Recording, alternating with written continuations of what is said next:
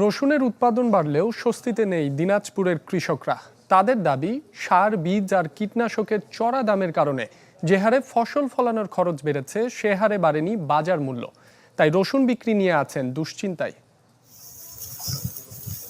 মাটির ভালো গুণাগুণ ও উপযোগী আবহাওয়ার কারণে দিনাজপুরে ব্যাপক ফলন হয় রসুনের। এবারও হয়নি ব্যতিক্রম। কৃষকরা বলছেন, গেলবারের তুলনায় অনুকূল পরিস্থিতি থাকায় পোকামাকড়ের আক্রমণ হয়েছে কম, তাই বেড়েছে উৎপাদন। তবে বীজ, সার, কীটনাশকের চড়া দামের কারণে বৃদ্ধি পেয়েছে খরচও। 17 কাঠা রসুন লাগাইছি, আবার তো ভালো হয়েছে।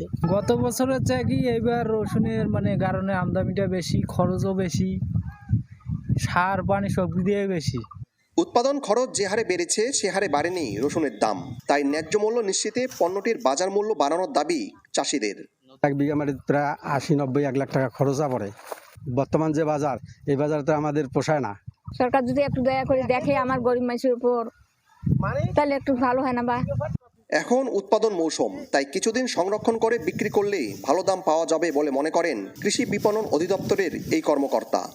বর্তমান রসুন চলতেছে প্রতি কুইন্টাল 10,000 থেকে 13,000 টাকা। এই রসুনটা যদি কৃষকরা একটু সংরক্ষণ করে তাহলেই হয়তো রসুনের পর্যাপ্ত পরিমাণ দাম বেড়ে যাবে। কৃষকরা ন্যায্য মূল্য প্রাপ্তিতে সহায়তা করার জন্য কৃষি বিপণন অধিদপ্তর সবসময় সদা এগিয়ে আসবে। জেলায় এবার রসুনের আবাদ হয়েছে 2,900 হেক্টর জমিতে। বিপুল সরকার সানি, চ্যানেল 24, দিনাজপুর।